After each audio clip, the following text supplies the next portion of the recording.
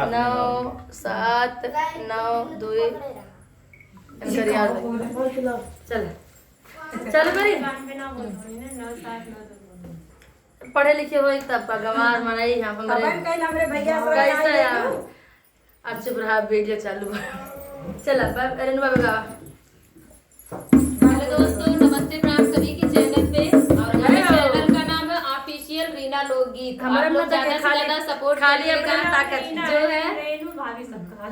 हमेशा कह के गाई अब तक तो हम रेनू जानत रहे रेनू भाभी कहत रहे लेकिन आज जाने की अब जाने की रीना आप लोगों के चैनल पे सभी के चैनल पे मैं एक गाना सुनाने जा रही हूँ, ऑफिशियल रीना हंसी मजाक वाला। और यार चैनल को ज्यादा से ज्यादा सपोर्ट करे चाहिए। सुना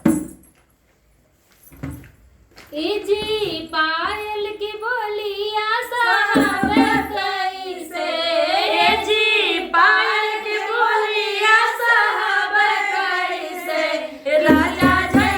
परदेसवा रहब कैसे पिया जय परदेसवा रहब कैसे ससुर जय परदेसवा रहब कैसे जइया परदेसवा रहब कैसे, राजा जय परदेसवा रहब कैसे ससुर जी के बोलिया साहब सही लेबै, ससुर जी का बोलिया ता हम सही लेबै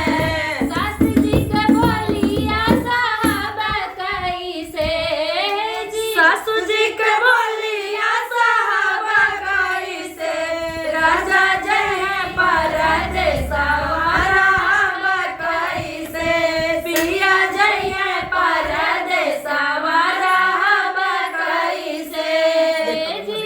पायल के बोलिया साहब कैसे जी पायल के बोलिया साहब कैसे राजा जय परदेसवा रहब कैसे राजा जय परदेसवा रहब कैसे जेठ जी के बोलिया साहब सही लेबै जेठ जी के बोलिया ता हम सही लेबै जेठनी के बोलिया साहब कैसे जी, जेठनी के बोलिया साहब कैसे राजा जय परदेसवा रहब कैसे राजा जय परदेसवा रहब कैसे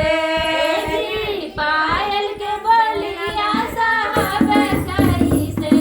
पिया जय परदेसवा रहब कैसे, राजा जय परदेसवा रहब कैसे देवर जी के बोलिया साहब सही लेबै, देवर जी के बोलिया ता हम सही लेबै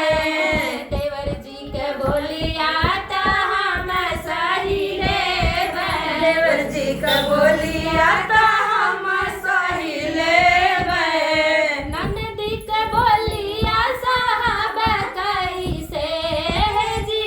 ननदी के बोलिया साहब कैसे राजा जम परदेसवा रहब कैसे सैया जय परदेसवा रहब कैसे। बड़ा सुंदर गाना और गाने का भाव भी बड़ा प्यारा बाटे। कैसा लगे कमेंट में जरूर बता दिए। वीडियो का शेयर कर ज्यादा से ज्यादा आप सबका।